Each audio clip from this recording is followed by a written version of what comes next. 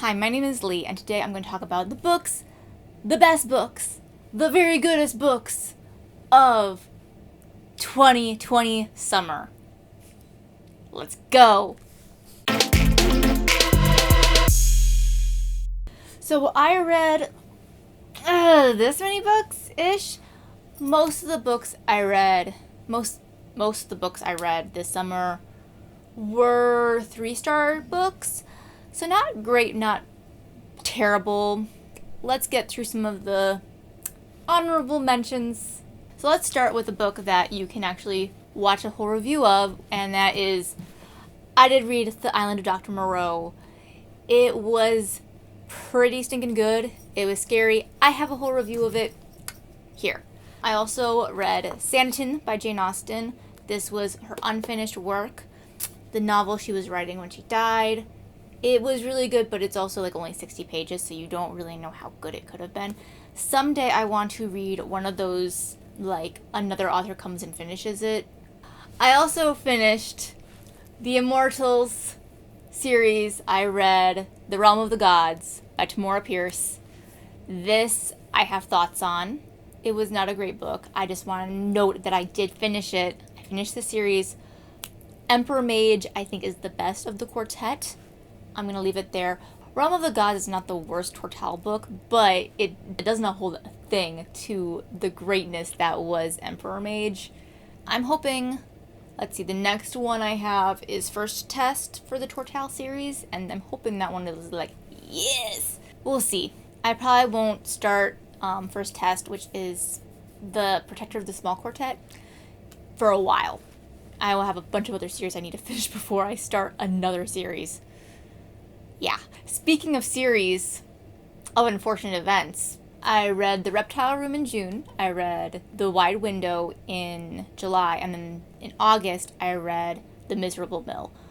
I think The Miserable Mill might be my favorite just because I had seen Lemony Snicket's A Series of Unfortunate Events, the movie, multiple times. And so I knew what to expect with Reptile Room and Wide Window, which, you know, it's fine. It's fun. It's good. But now I'm kind of excited to be in the books that I don't know what's going to happen with. One of my book goals for this year is to read more Stout books. I own 20-something of his books that I have not read. It's a shame. A crying shame. Anyway, I read Some Buried Caesar by Stout. This took me a really long time to read. I started it in May, earlier than May. I started it a long time ago. It just wasn't working for me. This is not one of my favorites of his books. Do not start here with Nero Wolfe. But it was worth reading because it introduced Lily Rowan, and she's a reoccurring character in the series, and so I'm reading all of them out of order, of course, so I knew who she was.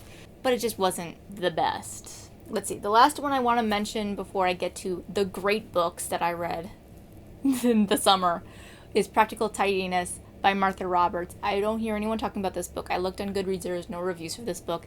It is, I think, one of the best books about cleanliness, tidiness, downsizing. It's kind of on the lines of The Life-Changing Magic of Tidying Up by Marie Kondo. It did get repetitive in parts, but I do think it's worth reading if you are interested in minimalism, tidiness, being a cleaner person. It might be worth your time. Next, I want to talk about Beyond the Page by Jodi Picoult and Samantha Van Leer, which I got from my library.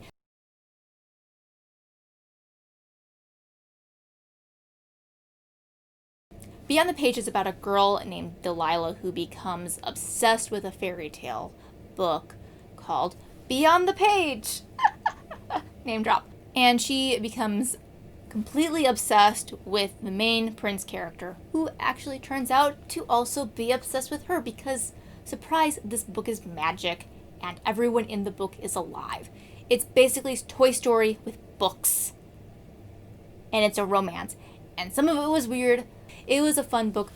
I loved the layout of this book. I loved that the fonts changed for different perspectives. I love that the color of the text changed per perspective.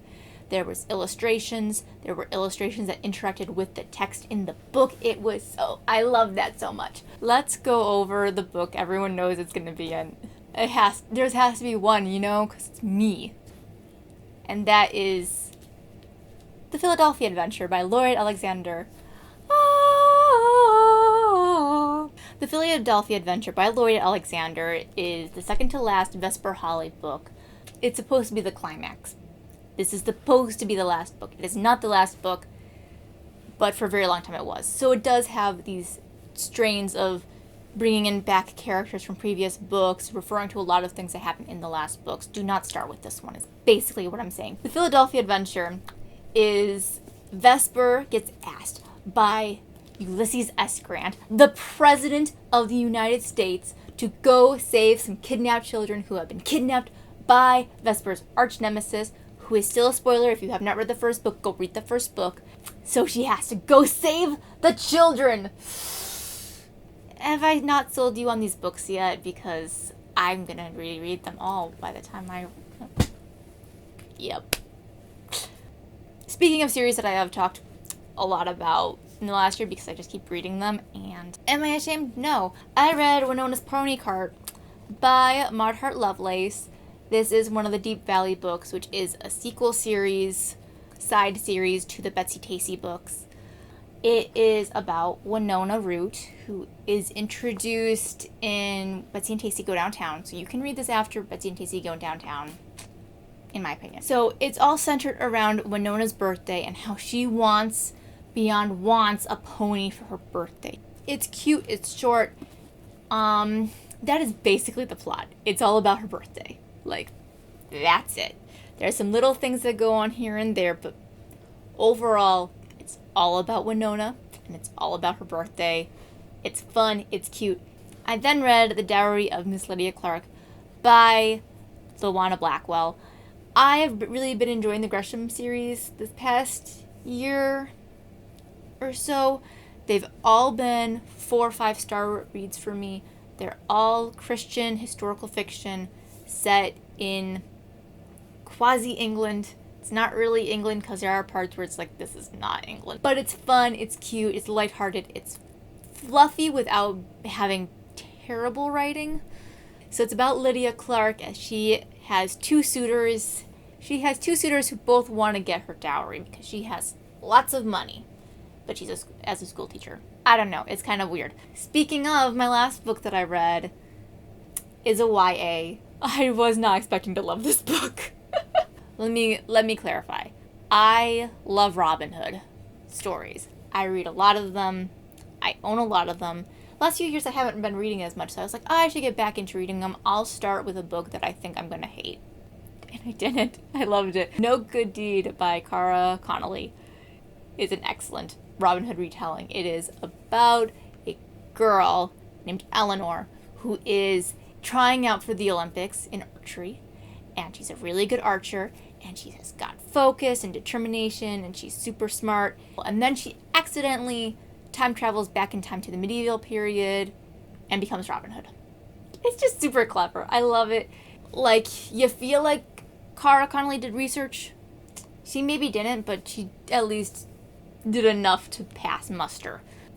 I really loved a lot of the characters in this. I loved the Guy of Gisborne basic dude whose name is Gilbert. He's basically Guy of Gisborne. You can't trick me, Connelly. But it was just really good and fun, and I loved it. Those were the books that I read from June through August. All the summer reads. Hopefully some of them were fun and interesting to you. Have you read any of them? Are you interested in any of them? What did you read this summer? Let me know in the comments. I will see you soon in another video of some sort or other. I hope you're having a lovely afternoon and are reading good books. Bye.